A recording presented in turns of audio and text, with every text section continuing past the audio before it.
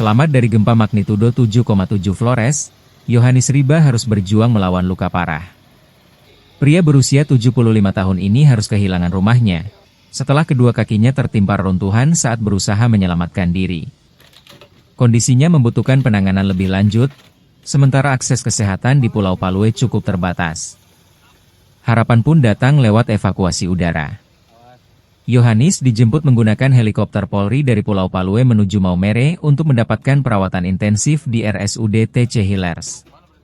Evakuasi ini melibatkan BNPB, TNI, Polri, tenaga medis, dan relawan, memastikan seorang penyintas di wilayah kepulauan tetap mendapatkan pertolongan dengan cepat dan aman.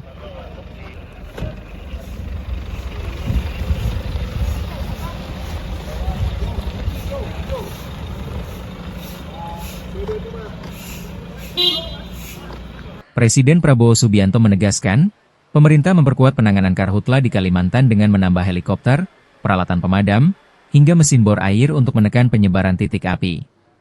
Tak hanya fokus pada pemadaman, Prabowo juga memperingatkan korporasi yang terbukti sengaja melakukan pembakaran hutan dan lahan akan ditindak tegas sesuai hukum. Sejauh mana pemerintah mampu mengendalikan karhutla?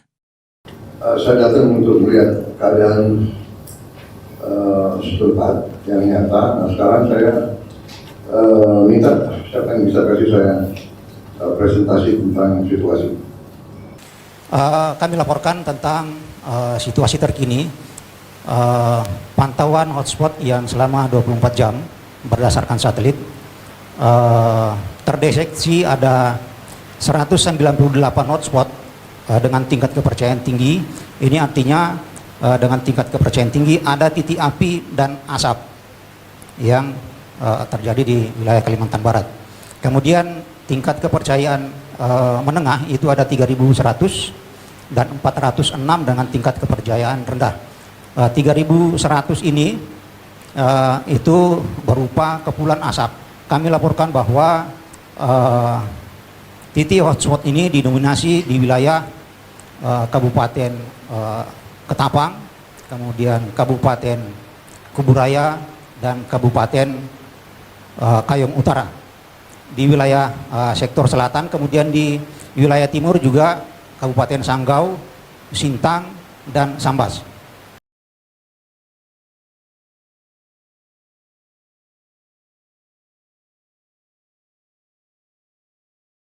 Korban gempa di Nusa Tenggara Timur kembali bertambah. BNPB mencatat 87 orang meninggal dunia dan 1.298 orang mengalami luka-luka. Jumlah pengungsi juga meningkat menjadi 150.576 orang. Sementara itu, gempa susulan masih terjadi dengan total mencapai 5.012 kali. Pemirsa, Bank Indonesia mencatat defisit transaksi berjalan pada kuartal 2 2026 melebar 12,5 miliar dolar Amerika atau 3,3% dari produk domestik bruto. Pelebaran defisit transaksi berjalan terutama dipengaruhi oleh meningkatnya defisit neraca perdagangan minyak dan gas.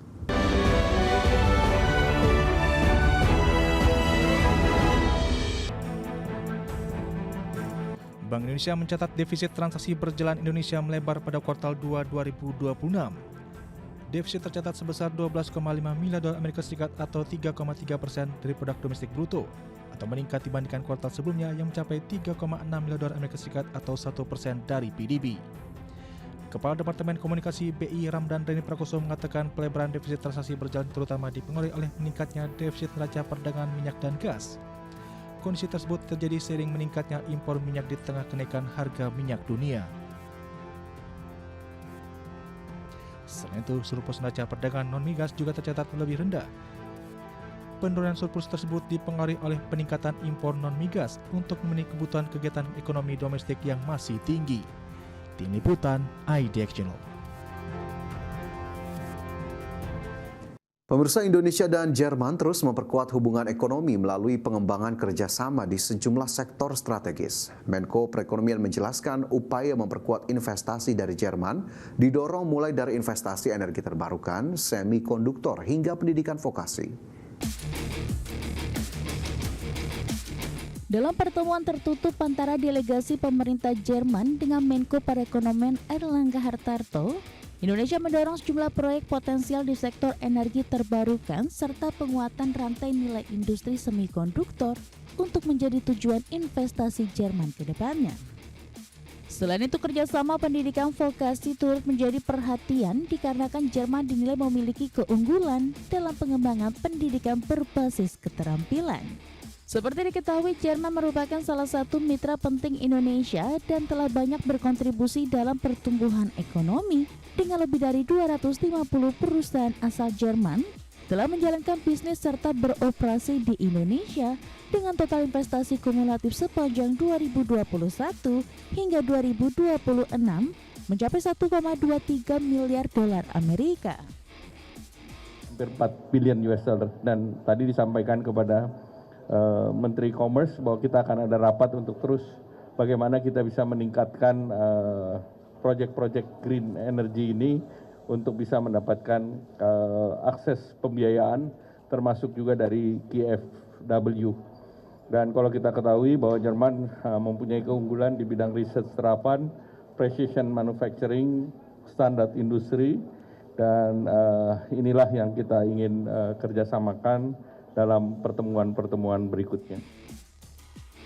Sementara itu, Menteri Federal untuk Kerjasama Ekonomi dan Pembangunan Jerman, Rim Alabali Radovan, menegaskan komitmen negaranya untuk memperkuat kerjasama ekonomi dan pembangunan dengan Indonesia.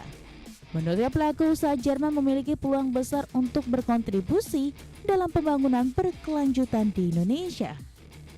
A long-standing trustful cooperation, especially in the development cooperation, and I'm looking to strengthen our cooperation in the economic sector and also development. So we talked about how we can strengthen German businesses being part of sustainable development in Indonesia, especially in the field of renewable energy.